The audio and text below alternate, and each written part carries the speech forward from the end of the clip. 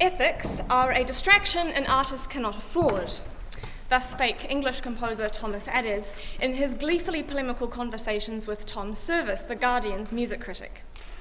Adès coins this aphorism in talking about Wagner, criticizing the logic shaping Wagner's music for being not musical logic, but rather philosophical and political logic.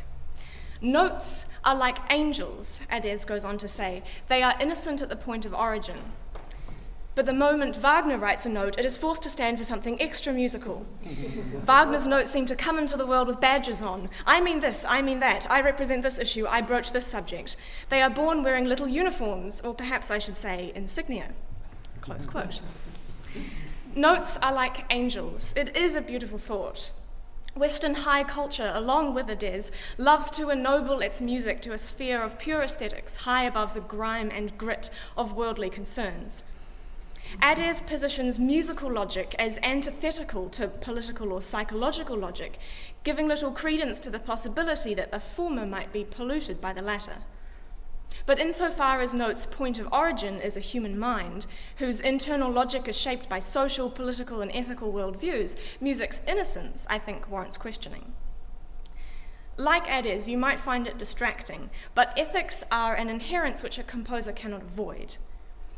The ethics of music's usage is perhaps a more familiar discussion. Stories of classical symphonies piped out to ward off loitering teenagers, music as torture at Guantanamo Bay, or troops in Iraq listening to Slayer and Tupac to get pumped up before a mission. But as this is a composers conference, what about the ethics of music's creation? And this is obviously something that Stephen was just touching on. Anytime we work with text, anytime we work with narrative, anytime we work with musical instruments or material from a cultural tradition other than our own, anytime we write for certain occasions or circumstances, be it social or political or religious, the decisions in our composing process reveal an ethical logic at work. By invoking the notion of ethics, I'm not advocating Disney-esque distinctions between right and wrong. I don't want to strike a gavel and declare certain musical works or practices to be either moral or immoral, nor would I be so presumptuous as to suggest what an ethical piece of music might look like. In fact, I'm slightly uncomfortable using the word ethics because of its somewhat sanctimonious air.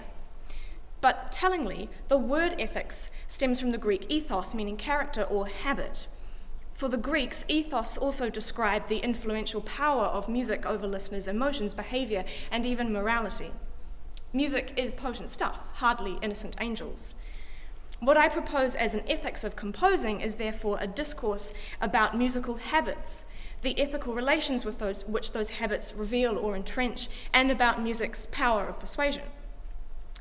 Granted, works of a more abstract nature are less dogged by questions of ethics, but there are a number of circumstances in which music's ethical implications become more conspicuous. One such instance is music written and used for public mourning, music which responds to tragic events of public, national, or international significance, generally involving loss of life. My central question today is, how does Western art music interact with the ethics and politics of mourning and commemoration? It's timely, I think, to have this discussion now, in a year of World War I centenary celebrations. But today, rather than dwelling on World War I and its artistic responses specifically, I propose to address the question more widely. Grief and mourning might seem like a very personal and hence depoliticized experience, but theorist Judith Butler notes that in the case of public trauma, grief furnishes a sense of political community of a complex order. And it does this, first of all, by bringing to the fore the relational ties that have implications for ethical responsibility. What grief displays is the thrall in which our relations hold us with others. Close quote. Grief on a public scale also confronts a very different kind of death than that mourned in private. Private mourning of a loved individual often confronts death as a biological necessity, an inevitable rite of passage, and looks to what might lie beyond death. But public trauma is most often brought about by political or ideological strife or human error, wars, terrorism, plane crashes, or collapsed mines. And so mourning it involves confronting circumstances here on Earth that were avoidable or at least abatable. What hardly needs to be said to a room full of New Zealanders is that a notable exception to this is natural disaster, the mourning of which invokes a very different, almost theological ethics of the human relationship with nature. No doubt Anthony Ritchie, among others, will have various thoughts on this, especially Anthony having just written his fourth symphony, which was premiered on the anniversary of the Christchurch earthquake. But for the most part, I think public mourning expresses dissent against unnecessary, unnatural causes of suffering. And this is what distinguishes public from private mourning. It enrages instead of consoles. It opens wounds rather than closes them. Historian Jay Winter writes that mourning is a set of acts and gestures through which surveyors express grief and pass through stages of bereavement. Mourning is an action. It seeks to do something, just as I now pronounce you man and wife, or Wingardium Leviosa, are performative utterances that make something happen. There are many brilliant musical works which address the subject matter of collective trauma. Steve Reich's Different Trains or Jack Body's Little Elegies spring to mind. But in talking about mourning music, I refer to works that participate in the mourning process through this clear performativity. For example, by way of a liturgical text or the commemorative circumstances of its performance.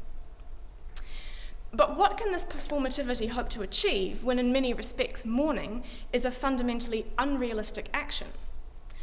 Towards the end of his life, Adriaan Leeuwenhoek, the fictional composer in Thomas Mann's novel Dr. Faustus, writes a work of colossal despair, The Lamentations of Dr. Faustus.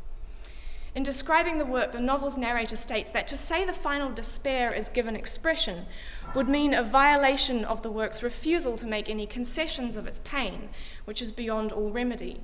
Were one to say that to its very last note, it offers any other sort of consolation than what lies in expression itself, in utterance, that is to say, in the fact that the creature has been given a voice for its pain.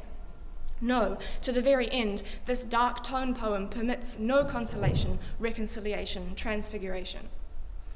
In simpler words, although mourning purports to express and thereby relent one's grief, so long as one mourns, one refuses to relent one's grief.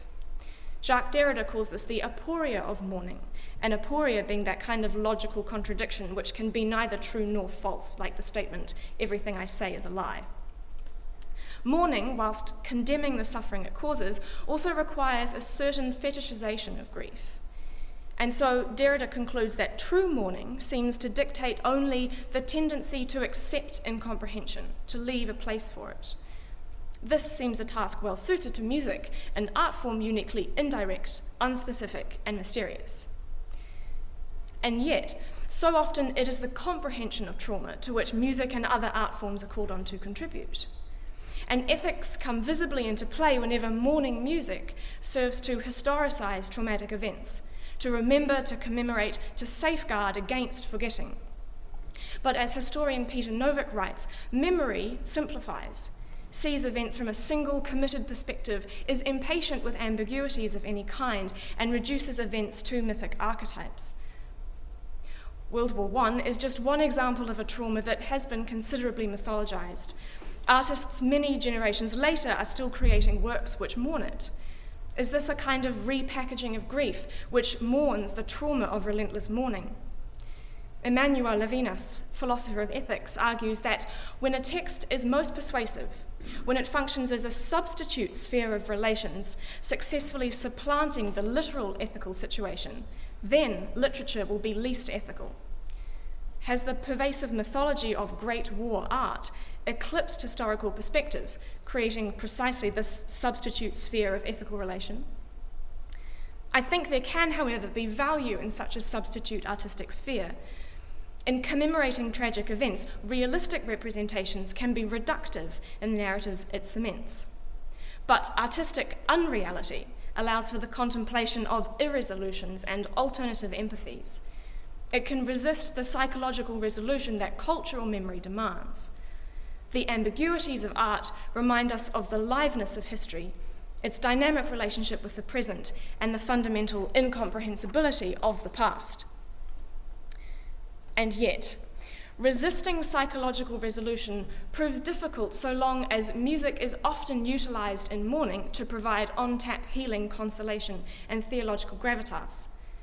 Humanity might have screwed up big time, but music reminds us that humanity is also capable of creating sublime beauty.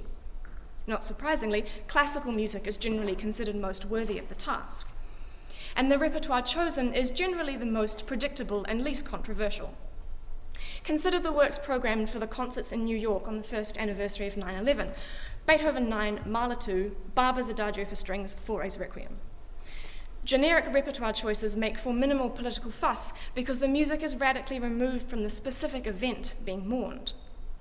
American architecture critic Herbert Mouchon wrote that we do not honour history by seeking to transcend it.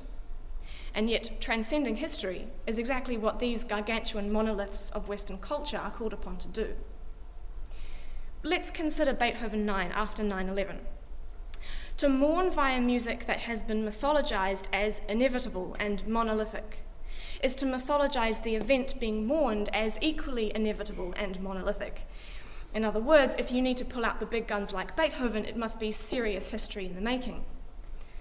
Far beyond contemplating the literal ethical situation of 9/11, Beethoven's Ninth explodes this contemplation into a totalizing historical narrative which encompasses every other instance this work has ever been performed: armistice days, falling walls, you name it. It invokes the notion that all of Western humanity, past, present, and future, is mourning with America, as do Beethoven, the Muses, and probably God too. That America's grief is good and righteous because it has the best soundtrack. That her grief is worthy of being underscored by a great work like the Ninth, which is to say that those for whom she mourns are also worthy of it, which then raises the question, whose death is not worthy of the Beethoven treatment? Let's consider another of those 9/11 repertoire choices, Barber's Adagio for Strings, via a brief diversion into film music. Musicologist Julie McQuinn notes that in film, music makes the narrative morally legible through an excess of expression that serves to make emotion visible. Film music operates as a kind of pre-interpreted qualifier of mourning, often capitalizing on its conflation with real-world trauma. Alex Ross writes, whenever the American dream suffers a catastrophic setback, Barber's Adagio for Strings plays on the radio. It played when FDR died, it played when JFK, Einstein, and Grace Kelly died, and then it was used extensively in Oliver Stone's 1986 Vietnam War film Platoon. Being by this point indelibly associated with events of major importance to the American psyche, when the Adagio appears in Platoon, the music's divine transcendence comes bundled with a pre-processed narrative of the martyrdom of patriotic Americans. As Sergeant Elias is gunned down by the Viet Cong, his arms raised in a martyr's ecstasy, the sublimity of the Adagio makes legible the moral function not only of Elias's death, but also the gory, violent portrayal of the scene. The Adagio has a similar effect to the schmaltzy violin solos in Schindler's List, which insist on the moral function of Spielberg's artistically strewn corpses and beautiful shots of fresh blood trickling along fresh snow. The music memorializes, generating a poetry of witness lest we forget. The grotesque masquerades as ethical, and music is its disguise. What then transpires when these musical tropes, or even the very same works, also colour real-life tragedies? Like when Barber's Adagio is then broadcast on the BBC after Prince's Di's death is announced, or played at the 2001 Last Night of the Proms in memory of the 9/11 victims. Of course, the ethics negotiated in filmic narratives operate quite differently to what might be considered constructive real-life ethical models. In many respects, the ethical obligation of Hollywood screenplays, well schooled in Aristotelian poetics, is simply to deliver a good story. Tragic narratives crave the inevitability of being drawn to their worst possible conclusion. Retribution narratives demand death to re-establish status quo. Remember music's power of persuasion, its ethos. Amidst the moral legibility of film's narrative archetypes, musical tropes, and even specific works rehearse their ethical persuasiveness. So what ethical persuasions does that music then bring to negotiating real-life trauma? At the beginning of this presentation, I asked about the ethics not only of music's usage, but also music's creation. But I dwell on these musical appropriations for mourning because I would argue that the canons and conventions of mourning music are so pervasive, so codified, that they bring strongly to bear on the expectations of music newly composed in response to trauma. In writing new mourning music, it is necessary to engage with the ethics of these norms and these habits. All this talk of ethics can gravitate towards art which treads gently, which purports to be in delicately good taste, which causes minimum fuss. But to close, I'd like to investigate the ethical value of art and music, which responds to trauma in seemingly bad taste, that generates a kind of atrocity kitsch to use a phrase coined by Swedish-American poet Johannes Göransson. When Göransson uses the word kitsch, it's not a pejorative. This is important. Rather, it describes art that expresses its own desire to be something it isn't, but that it hopes to be mistaken for. Art that doesn't attempt to be art, but mirrors what is seen to be art. In other words, kitsch is art in drag. In light of this, and thinking back to Derrida's aporia of mourning, it's possible to argue that all mourning music has an element of kitsch. It purports to perform the outward trappings of a task, which fundamentally it can never accomplish. There is a certain crassness in the attempt to make atrocity less crass, which is what the psychological resolution of mourning music often seeks to achieve. And so perhaps the art which reveals the artifice of its performativity, its impossibility and crassness, might be the art in the best taste after all. When I first heard the Dies Irae of Benjamin Britten's War Requiem, I couldn't believe how kitsch it was. I was surprised by Britten's apparent lapse in tastefulness, especially considering the raw despair of the rest of the Requiem. Of course, the text and topic of the Dies Irae is itself a bit kitschy. The Last Judgment has inspired a whole genre of eschatological kitsch, unleashing the thrill of destruction. Britten's thrilling Dies Irae plays into that bloodthirstiness perfectly. Easily the grooviest part of the raw War Requiem, it gets us bopping along in 7/4, in the four horsemen's galloping lope. But the terrible images in the Dies Irae text are imagined terrors, not the real living brutalism experienced by Wilfred Owen and reflected in his poetry alongside. The kitschiness of the Dies Irae music reminds us that the text describes a fantasy of divine horror and is fundamentally inadequate in mourning the reality of man-made horror. Even more powerfully, Britten's music plays a dirty trick on its listener.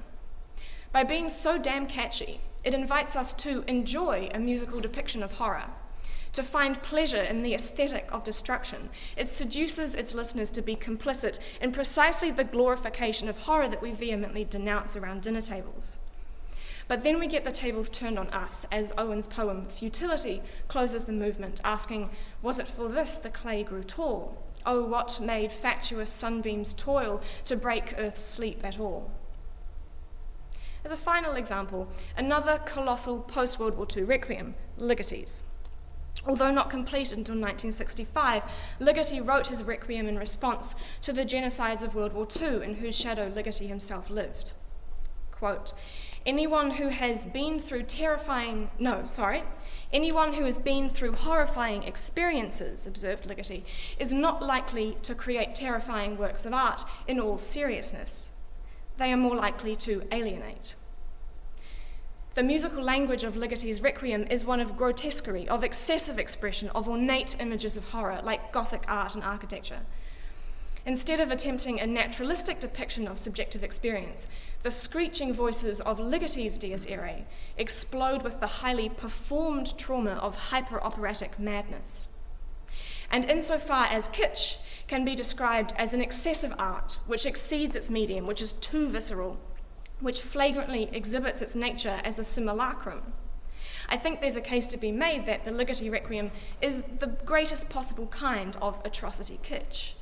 It fully acknowledges that its modus operandi is creating art out of horror, but at the same time, it admits that art and expression itself have been damaged by atrocity. It lays bare its attempt to complete an impossible task with broken tools. It does not historicize, it does not totalize, it does not narrate. It mourns the impossibility of mourning and the inadequacy of art. And I don't want to leave the second to last presentation of the conference on quite so nihilistic a note, but maybe that might be a good time to kind of gracefully seg into questions and comments. Yes.